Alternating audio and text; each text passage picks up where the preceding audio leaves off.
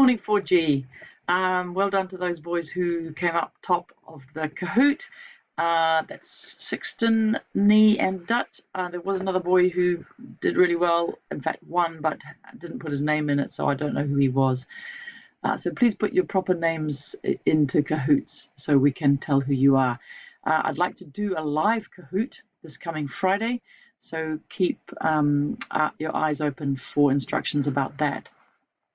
Now, before we start looking at a couple more scenes from the Truman Show, I just want to go over a couple of other things. So the dialogue that you see on front of you is something that we need to keep in mind as well as a film technique. We haven't discussed it as a technique as such yet, but it is because it's one of the things that is carefully chosen by the director to create it in order to construct an effective film. So the words that are spoken by the characters in a film are called dialogue. It's used to give reasons and background for on-screen action. It gives the audience insight into a character and their thoughts and feelings. And dialogue is also can also tell the audience about important ideas that run throughout the film. Those themes that we're starting to talk about. So we did mention themes very briefly the other day, and I gave you a list of one-word themes: freedom, control, identity, meaning, love, media, truth, betrayal. And we haven't unpacked those, and we're going to start doing that a bit more today.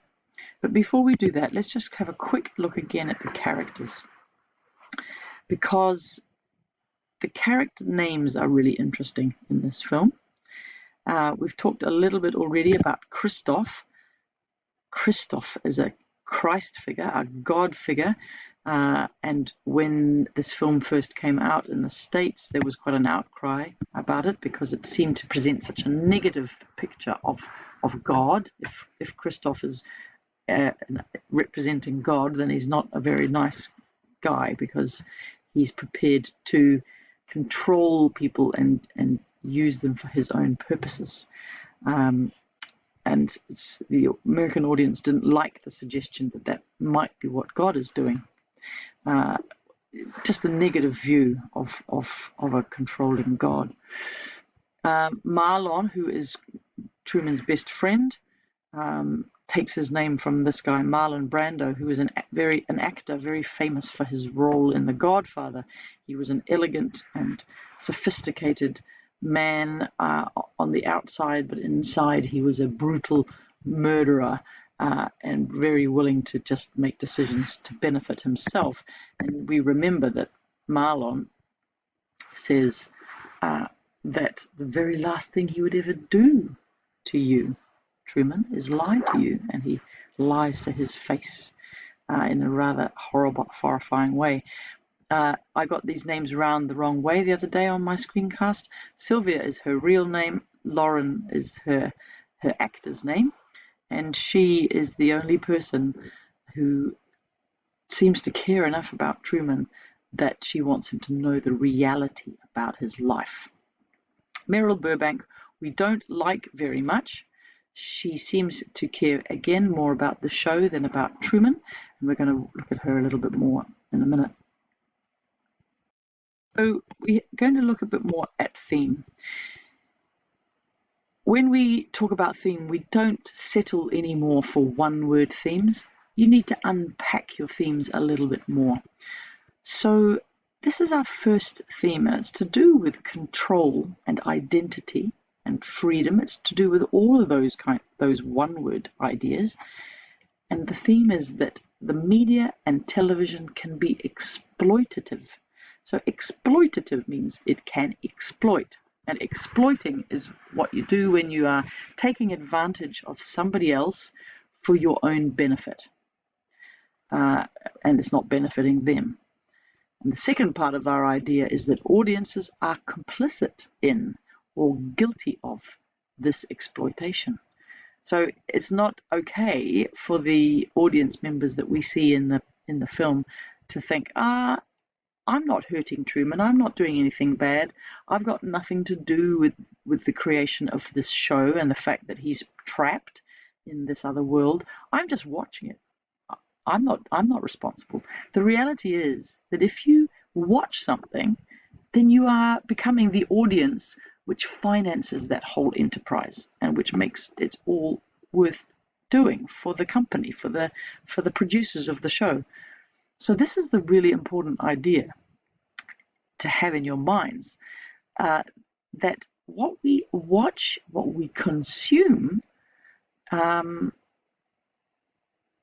we are responsible for that. We contribute to its existence just by watching it, just by consuming it.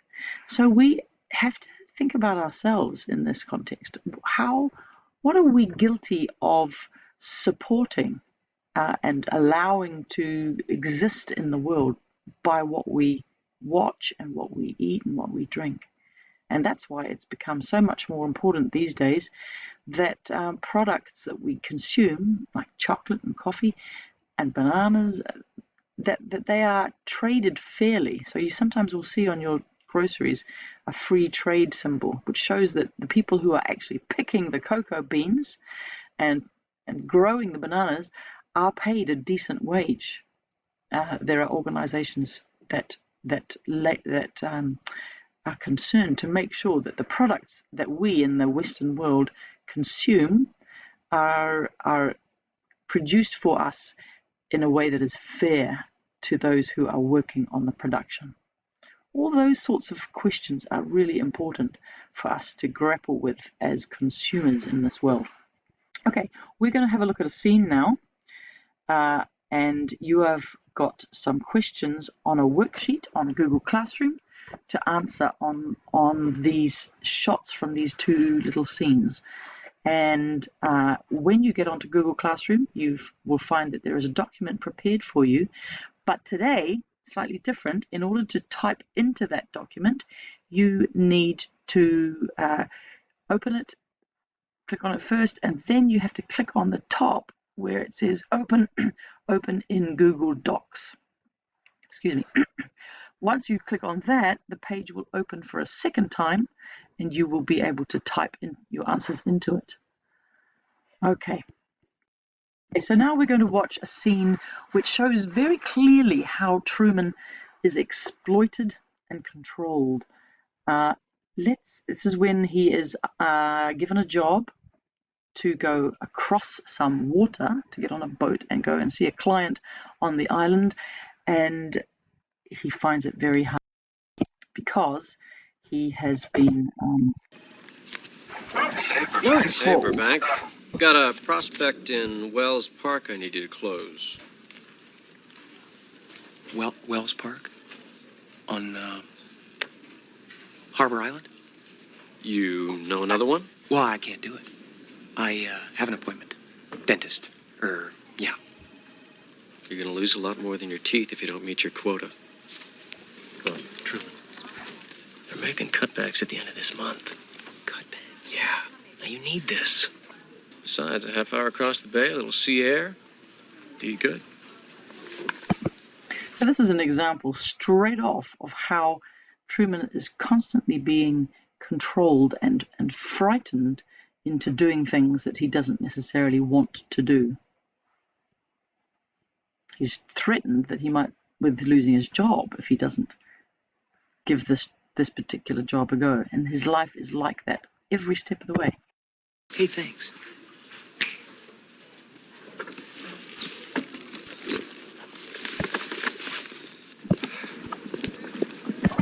Take a look at this, because this is that vignette type shot that I've been writing about in previous worksheets and lessons, where we are shown really clearly that we're looking through something, looking through a camera, looking through a lens at Truman. Oh, Barry's still here, huh? And this is a slightly different kind of shot.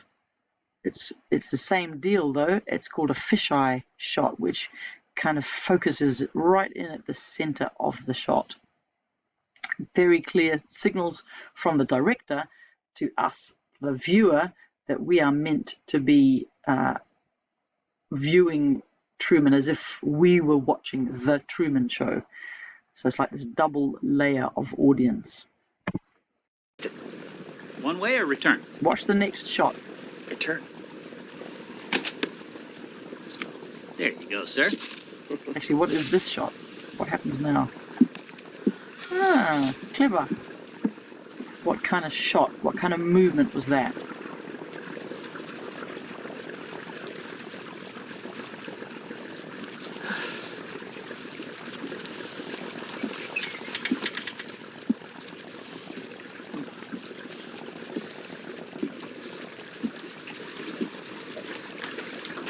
Vignette shot again.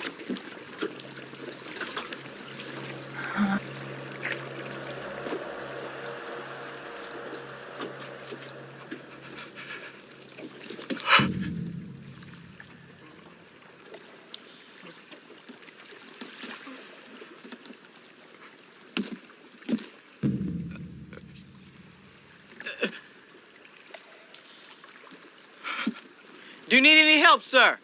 You go ahead. I'll be fine. Yeah.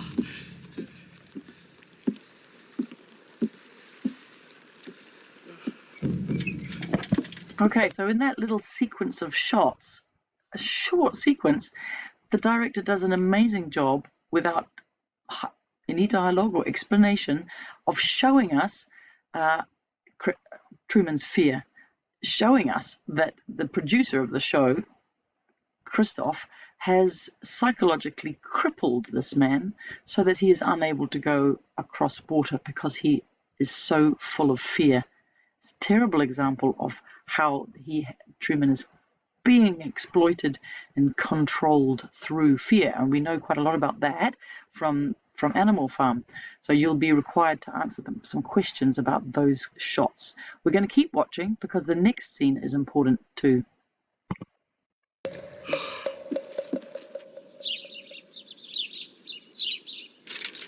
Hi, honey.